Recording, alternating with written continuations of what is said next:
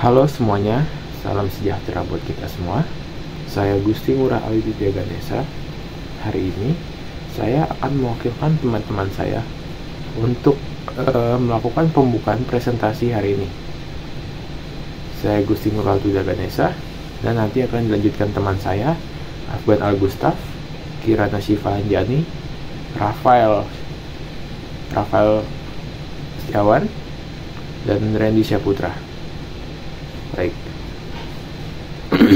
Materi presentasi hari ini adalah Undang-Undang Negara Republik Indonesia 1945 sebelum amandemen dan sesudah amandemen. Yang akan dibahas nanti jenis-jenis perubahannya dan perbandingannya.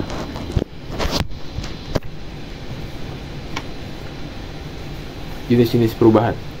Undang-Undang Dasar Negara Republik Indonesia tahun 1945 telah mengalami beberapa perubahan yang dikenal sebagai amandemen. Berikut adalah jenis-jenis perubahan yang terjadi pada Undang-Undang NRI 1945. Yang pertama, amandemen pertama tahun 1999, mengubah sejumlah pasal untuk memperkuat sistem demokrasi, termasuk penegasan tentang pemilihan umum yang langsung dan bebas. Amandemen kedua tahun 2000 menambahkan ketentuan tentang kekuasaan kehakiman dan memperjelas kedudukan lembaga-lembaga. Lanjut.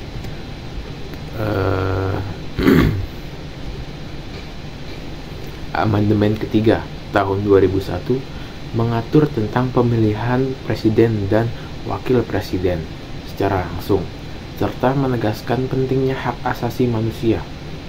Amandemen keempat tahun 2002 menyempurnakan ketentuan tentang sistem pemerintahan, pengaturan tentang MPR, DPR, dan DPD, serta menekankan otonomi daerah. Selanjutnya ada perbandingan setiap amandemen yang akan dilanjutkan oleh rekan-rekan saya.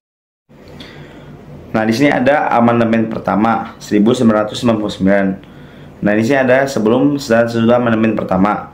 Yang sebelumnya itu struktur dan organisasi kekuasaan negara. UUD 1945 menetapkan kekuasaan negara yang terpusat dengan kekuasaan legislatif, eksekutif, dan yudikatif yang tidak terlalu jelas pemisahannya. Yang kedua itu ada Dewan Perwakilan Rakyat atau DPR.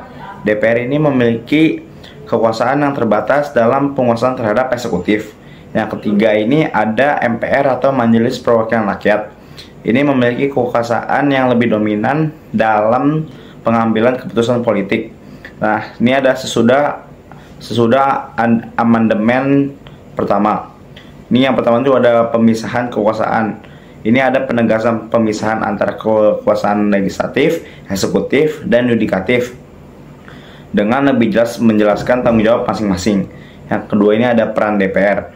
Nah, peran DPR ini diberi kewenangan yang lebih besar dalam hal pengawasan dan legislasi, termasuk dalam hal anggaran dan pengawasan terhadap kebijakan pemerintah.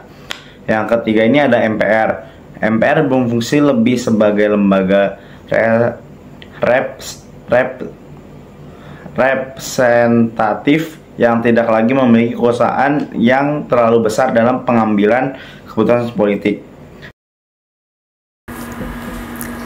Perbandingan amandemen kedua. Sebelum amandemen kedua, kekuasaan eksekutif presiden memiliki kekuasaan yang cukup besar dan tidak ada batasan masa jabatan yang jelas.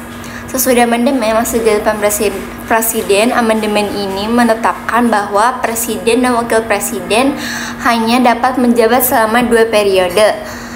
Sebelum amandemen, sistem pemilihan presiden dilakukan oleh MPR, bukan secara langsung oleh masyarakat. Sesudah amandemen, pemilihan presiden ini dilakukan secara langsung oleh rakyat, memperkuat prinsip demokrasi. Sebelum amandemen, pengaturan pembangunan, penekanan lebih kepada pembangunan ekonomi tanpa adanya ketentuan eksplisit mengenai partisipasi masyarakat. Sesudah amandemen, peran MPR tidak lagi memiliki kekuasaan untuk memilih presiden, melainkan hanya berfungsi sebagai lembaga legislatif. Amandemen ketiga tahun 2001. Sebelum amandemen ketiga, Dewan Perwakilan Rakyat atau DPR, struktur dan wewenang DPR tidak diatur secara rinci dengan hubungan antara DPR dan MPR yang masih dominan.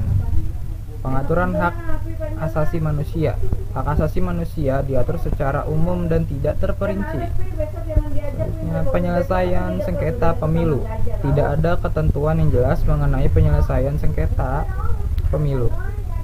Sesudah amandemen ketiga, peningkatan kewenangan DPR. Kewenangan DPR diperluas dalam hal legislasi, pengawasan, dan anggaran, termasuk pengaturan mengenai tata cara pemilihan dan pengangkatan pejabat tinggi negara.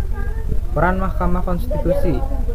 Didirikannya Mahkamah Konstitusi atau MK sebagai lembaga yang bertugas menguji undang-undang terhadap UUD dan menyelesaikan sengketa pemilu.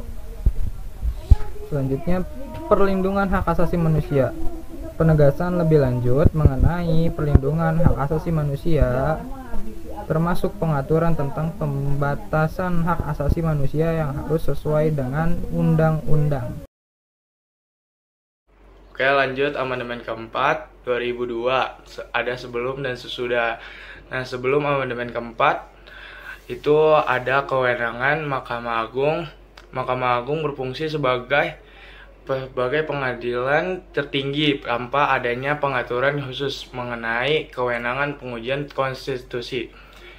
Nah, itu yang kedua, tata cara pemilihan anggota DPR dan DPD. Prosedur pemilihan anggota DPR dan DPD belum diatur dengan jelas. Nah, sesudahnya amandemen keempat itu ada penguatan Mahkamah Konstitusi. Mahkamah Konstitusi diberikan kewenangan lebih luas termasuk untuk memutus sengketa hasil pemilu dan penguji undang-undang terhadap undang-undang. Nah, yang kedua itu pembentuk Dewan Perwakilan Daerah DPD. Didirikan DPD sebagai lembaga perwakilan daerah yang memiliki kewenangan untuk ikut serta dalam pembahasan undang-undang yang berkaitan daerah. Dan ketiga itu pemilihan anggota DPR dan DPD. Itu diatur dengan lebih jelas menata tata cara pemilihan anggota DPR dan DPD serta hubungan antara keduanya. Sekian presentasi dari kelompok kami tentang jenis dan perbandingan UUD NRI 1945. Kurang lebih mohon maaf. Wassalamualaikum warahmatullahi wabarakatuh.